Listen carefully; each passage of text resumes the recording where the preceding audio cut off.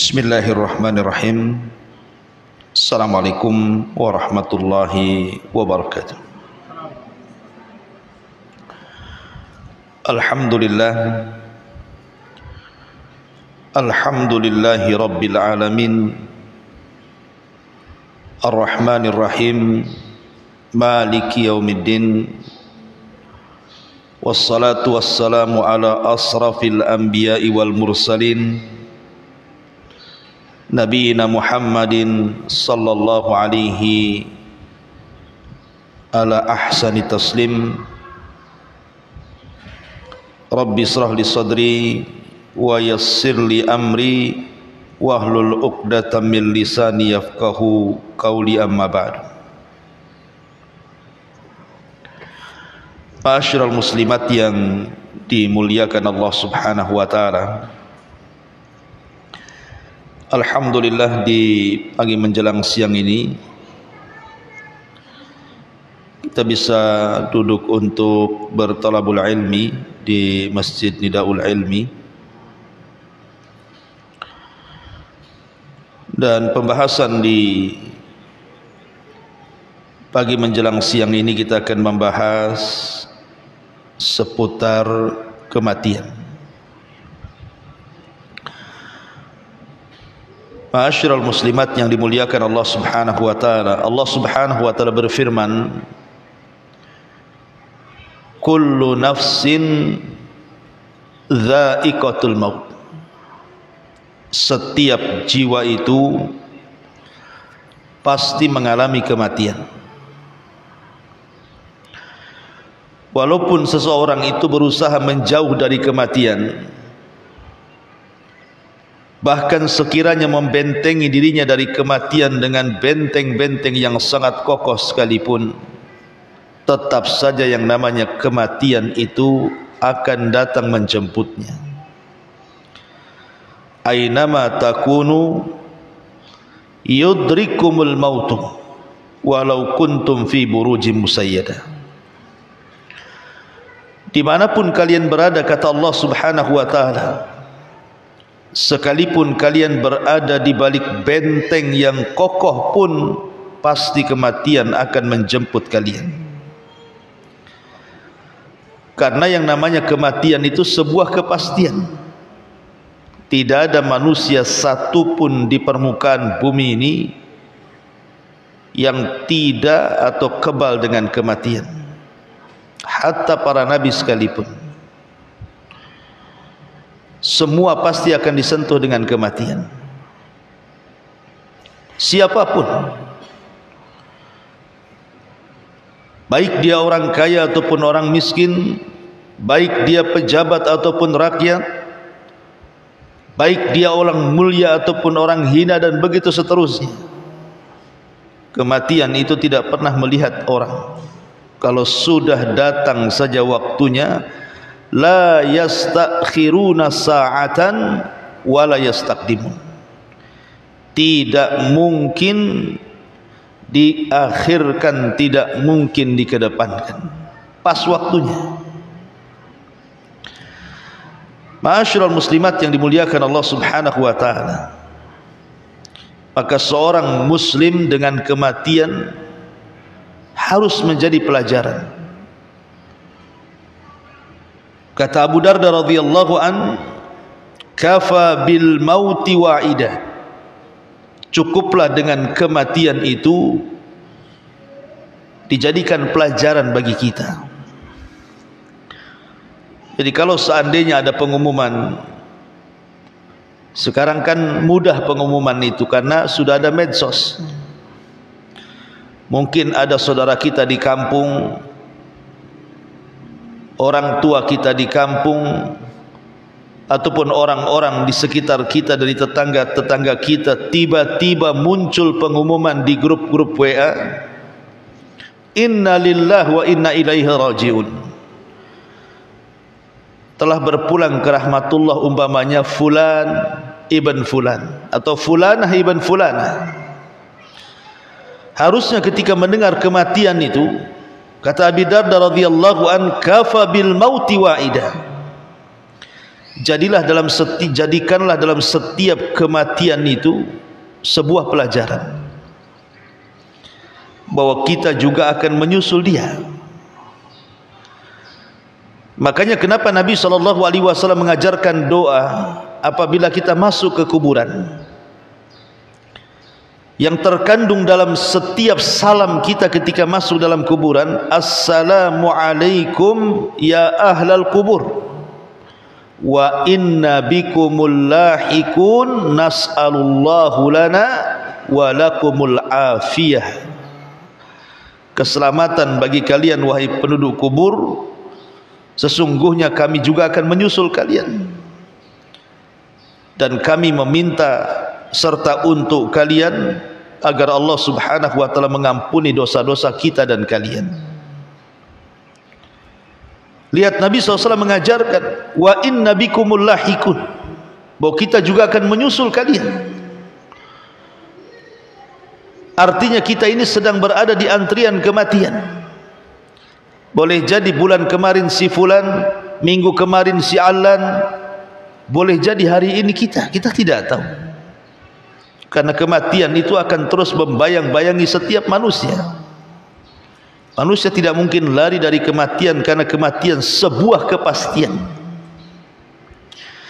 Ma'asyiral muslimat yang dimuliakan Allah Azza wa Jalla, dari sini jangan sampai kita lalai, apalagi sampai melupakan bahwa kita akan mati. Oleh karena itulah maka diperlukan seseorang itu al-isti'dad lil maut, berusaha untuk mempersiapkan diri demi kematian kita. Makanya Nabi SAW ketika menjelaskan tentang orang yang cerdas, siapa yang orang yang cerdas itu? Apakah orang yang cerdas itu orang-orang yang memiliki nilai cum laude di sekolah-sekolah mereka?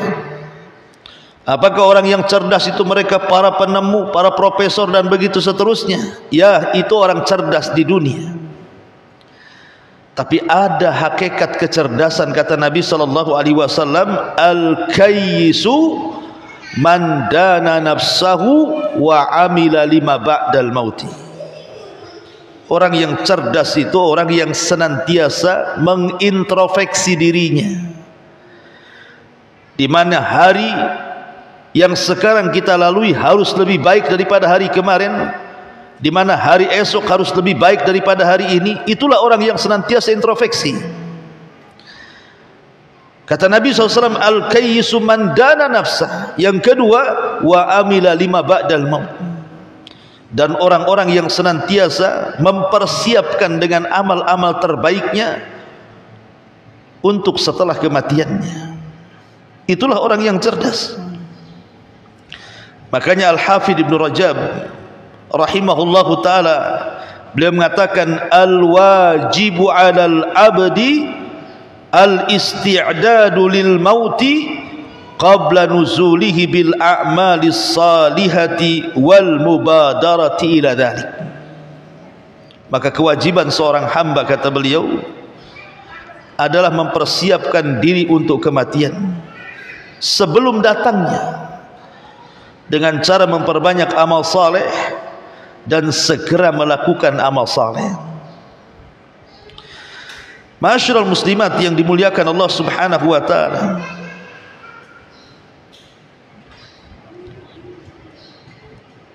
Abu Darda radhiyallahu anhu satu hari melihat seseorang yang sudah menjadi jenazah. Jadi ada jenazah lewat di hadapan Abu Darda radhiyallahu anhu. Kemudian dia mengatakan, man hadza, siapa orang ini? Man hadza, siapa orang ini? Faqala Abu Darda mengatakan, hadza anta, ini adalah kamu. Jadi Abu Darda mengatakan, ini adalah kamu, kepada orang yang bertanya, jenazah siapa ini? Sekali lagi Abu Darda melihat jenazah. Tiba-tiba datang seseorang ke Abu Darda menanyakan, "Ya Abu Darda, ini jenazah siapa?" Kata Abu Darda, "Ini kamu," kepada orang yang bertanya. Maka orang ini mengatakan, "Ya Abu Darda, aku masih hidup. Yang mati bukan aku ingin bertanya kepadamu, siapa orang itu yang mati itu?" Maka Abu Darda radhiyallahu anhu mengatakan, "Kenapa saya katakan ini kamu? Karena Allah mengatakan, innaka mayyitun wa innahum mayyitun. Engkau akan mati sebagaimana dia sudah mati."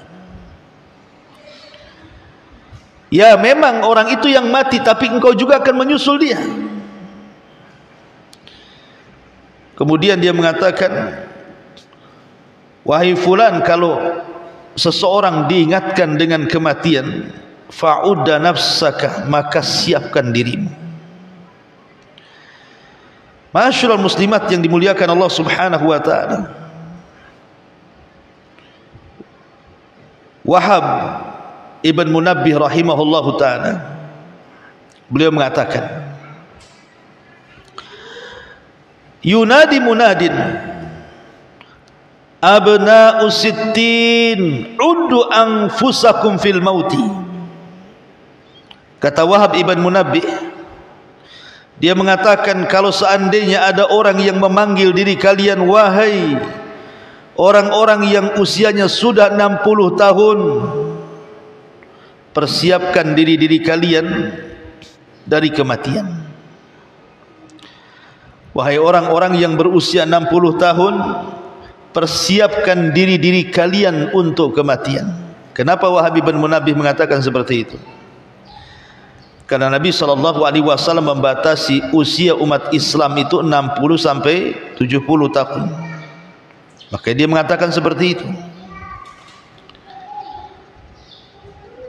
Dan perkataan yang sama dikatakan oleh Sufyan Ats-Tsauri rahimahullahu taala, "Man balagha sinna Rasulillah sallallahu alaihi wasallam falyattakhid nafsahu kafanan." Siapa yang usianya sudah sama dengan usia Nabi. Berapa usia Nabi? 63 tahun.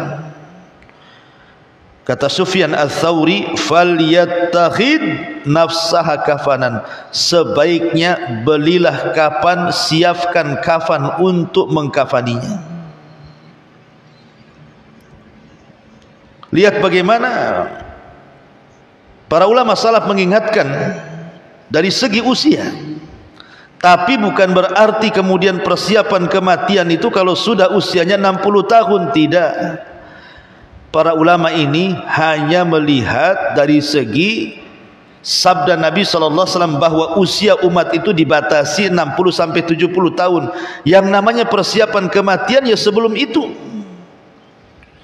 Dari sekarang kita harus menyiapkan kematian, baik usia kita masih 30, 40, 50. Karena yang namanya kematian itu tidak pandang usia. Cuman umumnya kalau orang sudah usia 60 tahun ke atas itu lebih dekat dengan kematiannya. Ma'asyiral muslimat yang dimuliakan Allah Subhanahu wa taala, Rabi ibn Khaytham rahimahullahu taala, Rabi ibn Khaytham, dia mengatakan, aksiru dzikra hadzal mauti fa innahum lam tazuqu qablahu mislah. Kata Rabi ibn Khaytham, ingatlah kalian atau perbanyaklah oleh kalian ingat akan kematian ini, karena kalian tidak akan merasakan yang seperti kematian. Kenapa kemudian beliau mengingatkan soal sakaratul maut? Karena sakaratul maut itulah yang menghancurkan seluruh kenikmatan yang pernah kita kumpulkan di dunia. Kalau semasa muda kita kumpulkan berbagai macam kenikmatan dunia, kita ingin lahan tanah, kita beli lahan tanah, kita ingin rumah, kita bangun rumah, kita ingin kendaraan, kita beli kendaraan, kita ingin pakaian yang enak, kita belikan pakaian yang bagus, yang mewah, tas dan begitu seterusnya. Ketika kita masih hidup, semua kenikmatan itu bisa kita gunakan. Tapi kalau datang sakaratul maut, maka semua kenikmatan dunia itu hanya tinggal kenangan. Karena semua akan ditinggalkan dan tidak mungkin akan dibawa ke dalam kuburan. Karena kalau ada orang yang mati itu, yang akan mengikuti adalah tiga perkara. Satu, keluarganya. Dua, hartanya. Dan tiga, amalannya. Adapun hartanya, maka dengan semata-mata kematiannya terputuslah dari dia. Adapun keluarganya semata-mata dikuburkan di liang lahat, maka keluarganya akan meninggalkan dia. Adapun amalannya, inilah yang akan masuk ke dalam kuburannya. Idza mata ibnu Adam in qata'a amaluhu illa min salasin, sadaqatin jariyah aw ilmin yuntafa'u bihi aw waladin salihin yad'ulahu. Kalau anak Adam itu meninggal dunia, maka tidak ada yang dibawa kecuali tiga perkara: ilmu yang bermanfaat, sedekah yang mengalir, dan anak saleh yang mendoakan orang tua setelah kematiannya. Ma'asyiral muslimat yang dimuliakan Allah Azza wa Jalla, dikatakan dari ucapan Ka'ab al-Akhbar radhiyallahu anhu. Apa kata Ka'ab al-Akhbar, seorang rahib di zaman Umar yang masuk Islam? Man arafal mauta hanat alaihi masaibat dunya wa humumuha. Siapa yang mengenal kematian, siapa yang terus ingat kematian, siapa yang terus membayang-bayangi dia dengan kematian, maka akan merasa ringan musibah-musibah dunia dan juga musibah-musibah yang selama ini membuat gundah gulana. Kata beliau, di antara manfaat mengingat kematian adalah akan meringankan musibah-musibah dunia. Karena begini, bagi seorang mukmin, kematian itu istirahat bagi dia. Sebagaimana Nabi SAW mengatakan bahwa seseorang itu kalau meninggal dunia, imma mustarih atau mustarah minhu. Bisa saja dia yang beristirahat atau orang lain yang beristirahat. Jadi kalau orang meninggal tubuh, cuma dua saja masalahnya: dia yang beristirahat dari kematian atau orang lain yang beristirahat dari kematiannya. Kalau dia yang beristirahat, bersyukurlah dia, karena dia meninggalkan dunia yang penuh dengan bala bencana dan musibah yang tidak kunjung berhenti pada kehidupannya. Tapi kalau orang lain yang istirahat dari kematiannya, celaka dia, karena bukan dia yang beristirahat, orang lain yang beristirahat. Berterima kasih kepada Allah atas kematiannya, karena ketika dia hidup dia selalu berlaku jahat. Ketika dia mati, orang lain senang istirahat dari dia. Sekarang tinggal pilih saja, Bu. Kalau kita meninggal itu, kita yang beristirahat atau orang lain yang beristirahat dari kita? Lah, kematian seorang mukmin itu adalah mustarih. Berarti terputusnya dari dunia itu betul-betul dia menghadapi kehidupan yang akan terus di atas kenikmatan. Dia akan beristirahat. Betullah ucapan manusia yang mengatakan, mari kita antar jenazah ini ke tempat peristirahatan yang terakhir. Kalau kalimat ini ditunjukkan kepada seorang mukmin yang selalu beramal saleh, betul. Tapi kalau kalimat ini ditunjukkan kepada orang jahat, ingat, kuburan itu bukan akhir perjalanan dia, bukan akhir tempat peristirahatan dia. Justru dia akan mempertanggungjawabkan semua yang dilakukan dia selama di dunia. Apakah baik ataukah buruk. Makanya di sini Ka'b al-Akhbar mengatakan bahwa man arafal mauta hanat alaihi masaibud dunya. Siapa yang ingat kematian maka hilanglah masalah-masalah dunia. Ma'asyiral muslimat yang dimuliakan Allah Azza wa Jalla, Umar bin Abdul Aziz rahimahullahu ta'ala mengatakan, man aktsara dzikral mauti ijtara'a minad dunya bil yasir wa in istash'arta dzikral mauti fi lailik aw naharik bughidha ilaika kullu fanin wa hubbiba ilaika kullu bakin. Kata Umar bin Abdul Aziz, dia mengatakan, barang siapa yang memperbanyak mengingat kematian, barang siapa yang banyak mengingat kematian, bagi dia dunia itu perkara ringan. Sebab engkau kalau merasakan dengan cara mengingat kematian di malam dan di siang harimu, maka engkau akan dibencikan kepadamu sesuatu yang mudah musnah dan akan dicintakan kepadamu sesuatu yang akan kekal. Dan kekekalan tidak mungkin ada kecuali di akhirat. Surgalah yang kekal atau neraka yang kekal. Dunia ini tidak akan kekal. Ma indakum yanfud wa ma indallahi bakin. Apa yang ada di sisi kalian itu akan lenyap. Yang kekal itu hanya di sisi Allah Subhanahu wa taala. Kemudian juga Hasan Al-Basri rahimahullahu taala, beliau mengatakan, ma aktsaru 'abdin dzikrul mauti illa ru'iya dzalika fi amalihi wa la tala amalu 'abdin qad illa asa'al amal. Dia mengatakan, siapa yang banyak seorang hamba mengingat kematiannya, maka dia pun akan disegerakan untuk melakukan amal salehnya. Karena ketika seseorang kemudian panjang angan-angan seolah tidak akan mati, maka dipastikan buruk amalannya.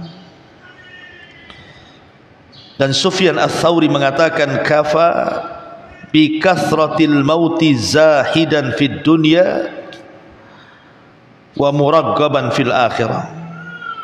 Cukuplah dengan banyak mengingat kematian, orang itu akan jadi zuhud di dunia dan akan cinta dengan akhiratnya. Ma'asyiral muslimat yang dimuliakan Allah Subhanahu wa taala, bahkan Yahya ibn Mu'ad mengatakan, man aktsara dzikral mauti, barang siapa yang banyak mengingat kematian, maka akan diberikan 3 sifat yang merupakan sifat-sifat dari husnul khatimah. Apa itu?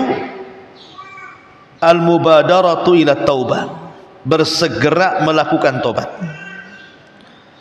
Wal qanaatu birizqin yasir, merasa redha dengan rizki yang sedikit. Yang ketiga, an-nasyatu fil ibadah, dan dia akan rajin melakukan ibadah. Inilah 3 perkara. Ibu kalau selalu ingat mati, pasti ibu akan disifatkan dengan sifat ini. Pertama, bersegera untuk bertobat karena takut kalau seandainya datang kematian kita belum bertobat. Yang kedua, al-qanaatu birizqin yasir, redha dengan pemberian walaupun sedikit, karena dia tahu bahwa ada rizki Allah yang jauh lebih besar daripada di dunia. Apa itu? Surga Allah.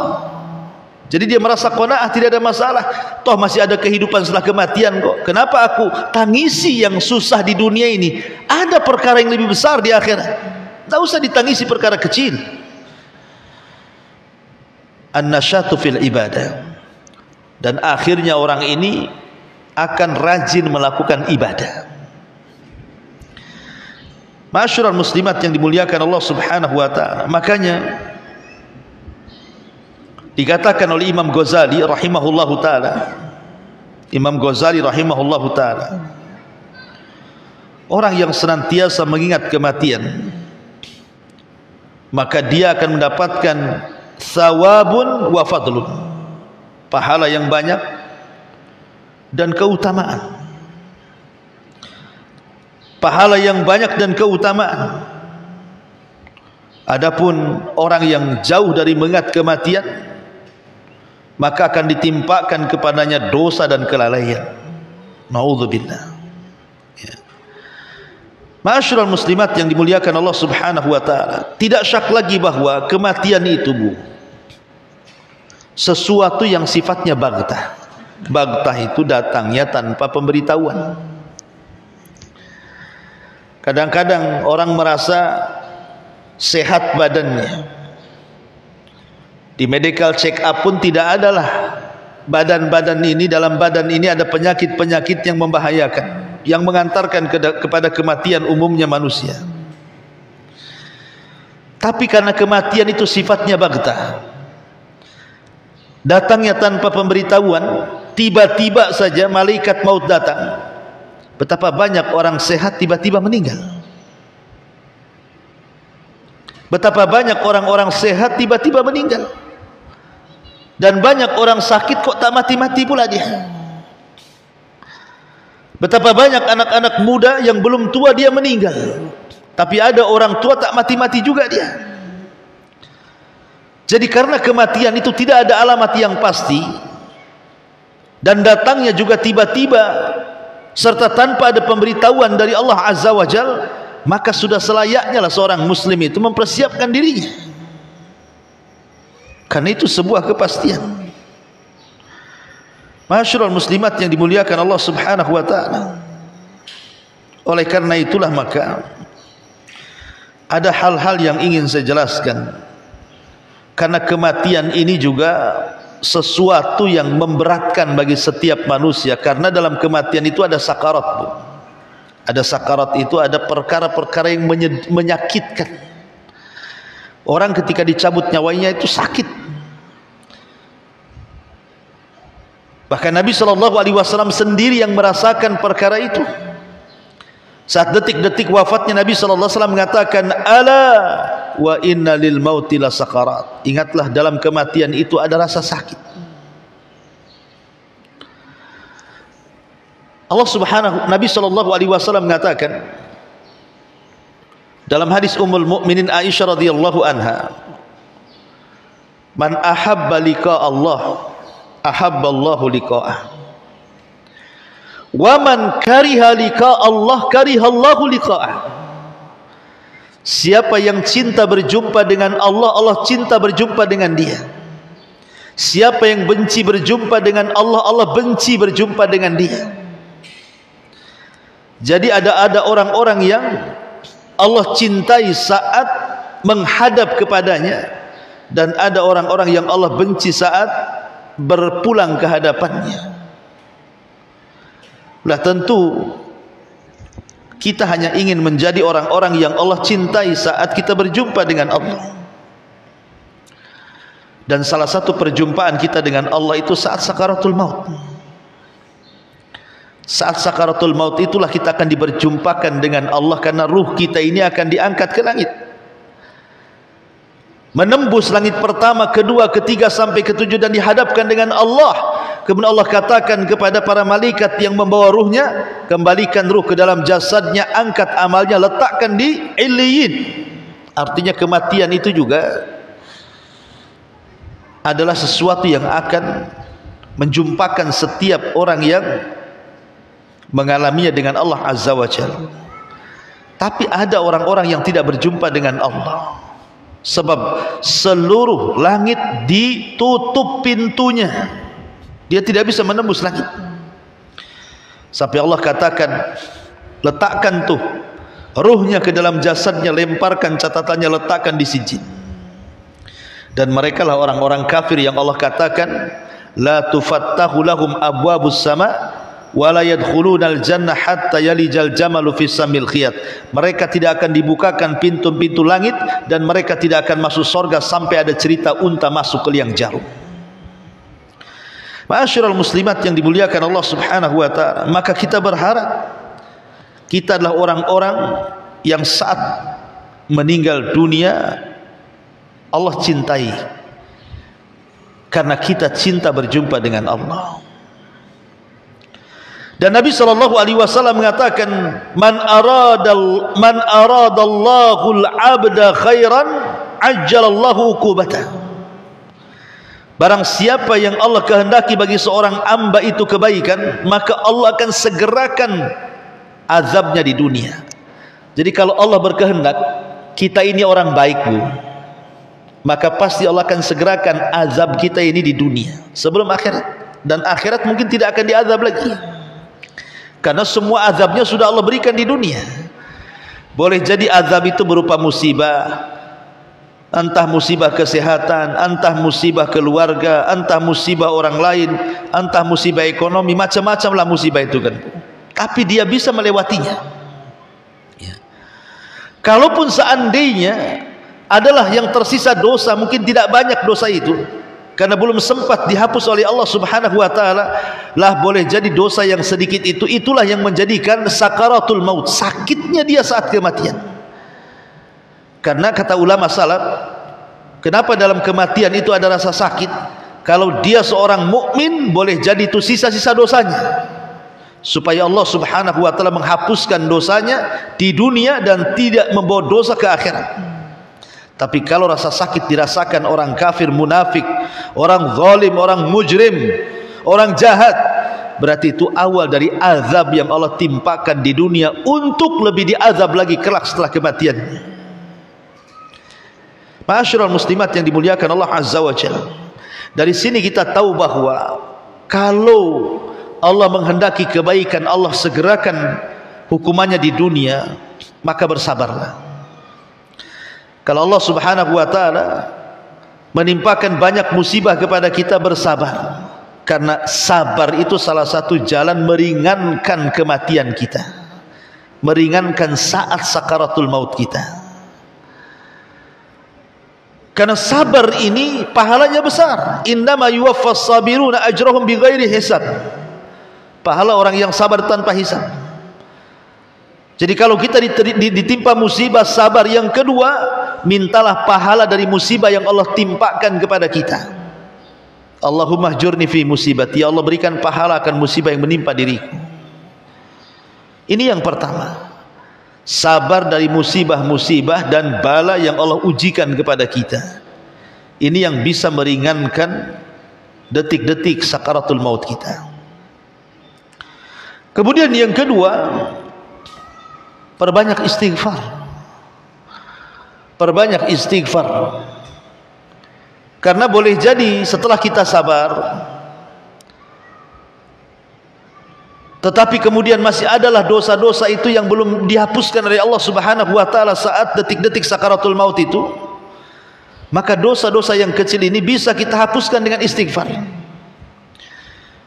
Dan tentu sering saya ulang-ulang bahwa seafdal-afdalnya istighfar adalah sayyidu istighfar, penghulunya istighfar.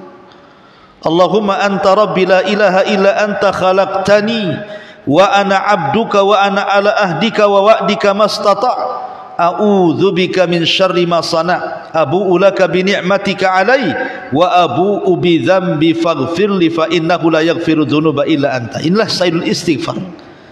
Siapa yang dibaca di malam hari, kata Rasul, kalau Allah takdirkan dia meninggal masuk surga. Siapa yang dibaca di pagi hari, kalau dia meninggal sebelum sore hari, dia masuk surga. Itulah sayyidul istighfar. Karena Allah Subhanahu wa ta'ala dalam hadis qudsi mengatakan, ya ibna Adam, law dhunubuka ananas sama thumma astaghfartani ghafartu laka ala ma kana minka wala ubali.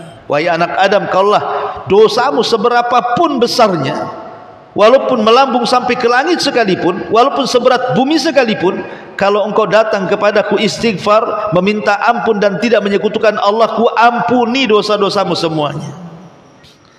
Maka ini cara yang kedua, perbanyak istighfar supaya meringankan kematian kita ya. Pertama, sabar untuk menghilangkan kesalahan dan keburukan kita, karena kalau kita sabar dari musibah itu, Allah akan gugurkan kesalahan kita. Lah, untuk menggugurkan kesalahan-kesalahan sedikit saat-saat sakaratul maut itu, maka perbanyak istighfar. Karena dosa sebanyak apapun kalau digempur dengan istighfar itu akan hilang. Dan tentu mentauhidkan Allah, tidak menyekutukan Allah Subhanahu wa taala. Kemudian yang ketiga, hindari hak-hak orang lain. Kalau bisa kita kembalikan hak-hak orang lain, terutama masalah utang piutang. Karena kita tahu bahwa orang yang ketika kematiannya dijamin tidak akan merasakan sakit adalah para syuhada. Para syuhada itu ketika meninggal tidak akan merasakan sakitnya, kecuali dia punya hutang. Kecuali dia punya hutang. Kalau dia punya hutang, kata Nabi SAW, yughfar, diampuni,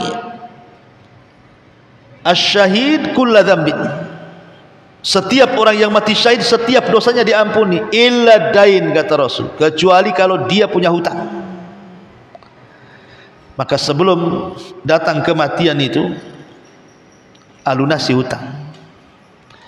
Hak-hak yang berkenaan dengan orang lain, minta kehalalannya. Dengan cara apa? Kembalikan haknya. Jadi perkara, kata para ulama, yang bisa meringankan detik-detik sakaratul maut setiap hamba. Bersabar dari musibah, kemudian perbanyak tobat dengan memperbanyak istighfar, kembalikan hak-hak manusia. Ma'asyiral muslimat yang dimuliakan Allah Azza wa Jalla, saya ingin menjelaskan sedikit tentang kisah-kisah para ulama salaf. Bagaimana mereka saat detik-detik wafatnya. Berkata Yahya ibn Adam rahimahullahu ta'ala, berkata Yahya ibn Adam rahimahullahu ta'ala, ketika datang kematian kepadanya, masuklah Sufyan Ats-Tsauri rahimahullahu ta'ala. Kemudian dia pun seolah-olah mengerung kesakitan karena sakit yang dideritanya. Maka Sufyan Ats-Tsauri mengatakan, kenapa engkau seperti seolah-olah kesakitan? Maka dia mengatakan, fa wallahi lawaditu anni mutu sa'ah, demi Allah, kalau aku memang berkehendak, aku ingin kematianku ini tidak terlalu lama, sekejap saja. Begitu para ulama salaf tahu. Sebab kita lihat ada orang-orang yang diuji itu tidak mati-mati, Bu, tapi dikomakan. Kan ada orang yang dikomakan itu bertahun-tahun kan, Bu, berbulan-bulan dia koma, nggak mati-mati juga. Ya sehat tidak, mati juga tidak. Antara hidup dan mati orang koma itu. Makanya kemudian Yahya ibn Adam mengatakan, lawadidtu anni mutu sa'ah, kalau bisalah kematianku ya Rabb, segerakan, jangan dilambatkan ataupun dilama-lamain. Ma'asyiral muslimat yang dimuliakan Allah Azza wa Jalla. Kemudian ketika Ibrahim An-Nakhai rahimahullahu ta'ala sedang sakit, faqalu, maka sahabat-sahabatnya mengatakan, ya Aba Imran, ma yubki. Jadi Ibrahim An-Nakhai saat sakit itu dia menangis. Jadi orang-orang di sekitarnya dari kerabat dan sahabatnya mengatakan, apalah yang membuat engkau menangis wahai Aba Imran, kunyah daripada Ibrahim An-Nakhai ini.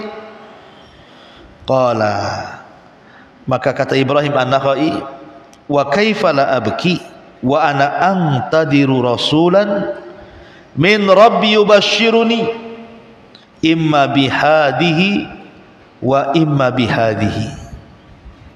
Bagaimana tidak nangis aku, kata Ibrahim An-Nakhai, Bagaimana aku tidak menangis? Sementara aku ini tinggal nunggu saja utusan dari Allah Subhanahu wa ta'ala yang akan menghabarkan kepadaku dengan berita yang baik atau dengan berita yang buruk. Maksudnya malaikat maut. Itulah ketakutan para ulama, padahal mereka ulama lah. Ibrahim an-Nakha'i itu ulama dunia, Bu. Ulama dunia, ulama yang alim, zahid, wari', dipuji para ulama.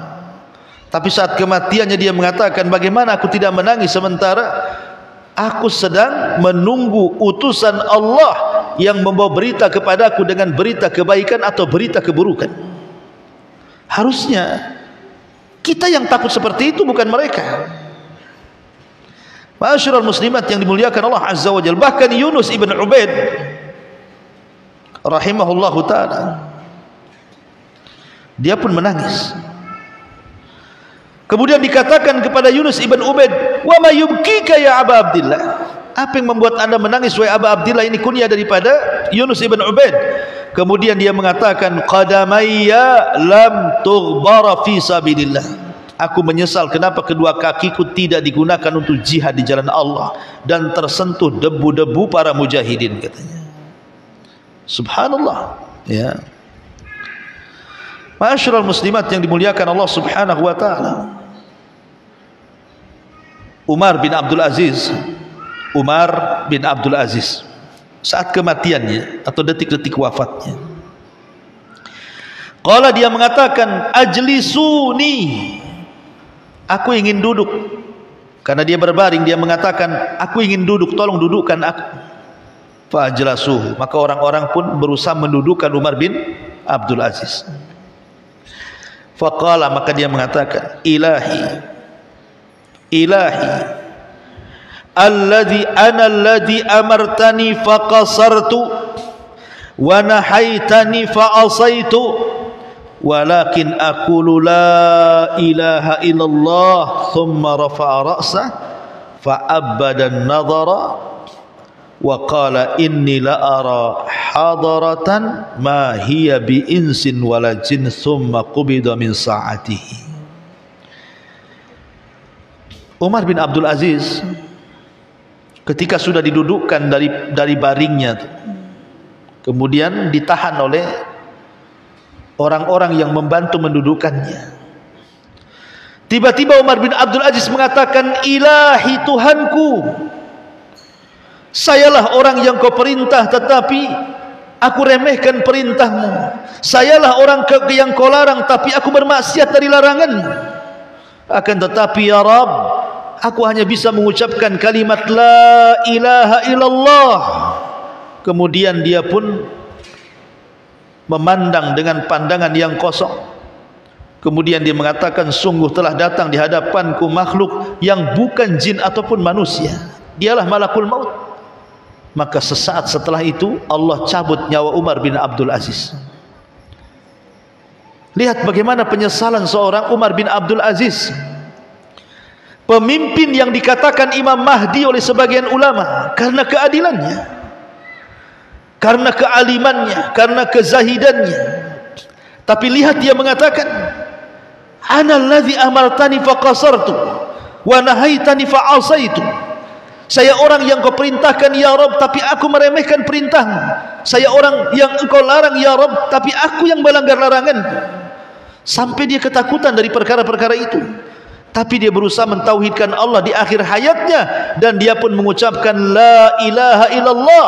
Nabi SAW mengatakan, man kana akhiru kalamihi la ilaha illallah dakhalal jannah. Siapa yang akhir ucapannya kalimat la ilaha illallah, dipastikan dia masuk surga. Ma'asyiral muslimat yang dimuliakan Allah Subhanahu wa ta'ala, dikisahkan dari Hasan ibn Abil Hasan al-Basri, ketika Mu'adz meninggal dunia, Mu'adz ibn Jabal radhiyallahu anhu meninggal dunia. Ini yang menceritakan Hasan al-Basri. Jadi saat Mu'adz bin Jabal ini sedang sakaratul maut, dia menangis. Kemudian dikatakan, atabki wa anta sahibu Rasulillah, hei Mu'adz, Kenapa engkau menangis? Engkau kan sahabat Nabi yang penuh dengan keutamaan, yang penuh dengan keistimewaan. Engkau sahabat Nabi, apalagi yang kau tangisi dari kematianmu? Maka dia mengatakan di hadapan orang yang berkata seperti itu, ma abki jazaan minal mauti an hallabi walad dunya taraktuha ba'di. Aku tidak menangis dengan adanya kematian yang akan segera menghampiriku, tidak pula dengan dunia yang kutinggalkan setelahku. Walakin, akan tetapi dia mengatakan, innama huma al-qabadatani qabdatun finnar wa qabdatun fil jannah fala adri fi ayyi qabdataini ana. Yang aku tangisi adalah manusia itu kan ada dua kelompok. Yang satu kelompok penduduk neraka, yang satu kelompok penduduk surga. Kalau seandainya malaikat maut datang mencabut nyawaku, aku tidak tahu dari mana dua kelompok itu. Apakah aku termasuk kelompok ahli surga atau aku termasuk kelompok ahli nar? Aku tidak tahu. Lihat bagaimana ketakutan seorang Mu'adz bin Jabal. Harusnya ketakutan ini ada pada kita, bukan pada Mu'adz bin Jabal karena dia sahabat Nabi. Tapi terkadang kita tenang-tenang saja menghadapi kematian, seolah-olah kita yakin kita menjadi penduduk surga. Na'udzubillah summa na'udzubillah. Ya. Ma'asyiral muslimat yang dimuliakan Allah Subhanahu wa taala. Bahkan dikatakan oleh Abdul Wahid ibn Zaid rahimahullahu taala, dia mengatakan dakhalna ala Atha as-Sulami. Aku masuk ke rumah Atha. Dan Atha itu ketika itu sedang sakaratul maut. Aku mendengar nafasnya. Ketika dia menghela nafasnya dan Abdul Wahid mendengar helaan nafasnya, maka dia mengatakan, malaka ya fulan, kenapa engkau wahai Atha, kenapa engkau menghela nafas sedalam itu? Kemudian dia mengatakan, wadidtu wallah anna nafsi bakiyat baina lihatai wa hanjaratai tataraddad ila yaumil qiyamah makhafatan an takhruj ila an-nar. Aku hanya berkeinginan nafasku tidak keluar dan tetap ada pada tubuhku sampai kiamat dibangkitkan, karena aku takut kalau seandainya nafasku kemudian keluar dari badanku, jangan-jangan aku melesat ke neraka, katanya. Na'udzubillah. Lihat bagaimana ketakutannya para ulama salaf saat detik-detik kematiannya. Tetapi yakinlah bahwa seorang mukmin yang terus beriman dan beramal saleh, kemudian istiqamah dengan amalannya, senantiasa berdoa kepada Allah agar kita diwafatkan husnul khatimah, kemudian kita senantiasa sabar, memperbanyak tobat dan istighfar, kemudian mengembalikan hak-hak manusia, jangan suka melakukan kezaliman. InsyaAllah dengan tauhid yang ada pada diri kita ini, maka dengan itulah kita akan diarahkan kepada jalan Allah Subhanahu wa taala berupa husnul khatimah. Wallahu a'lam bishawab. Ini materi yang bisa sampaikan. Sebelum saya tutup, kita buka tanya jawab, silakan.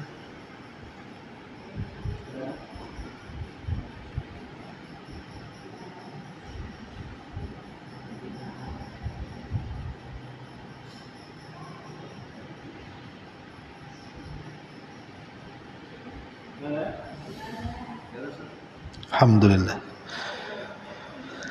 Subhanakallahumma bihamdika asyhadu an la ilaha illa anta astaghfiruka wa atubu ilaik. Allahu ta'ala alam. Assalamualaikum warahmatullahi wabarakatuh.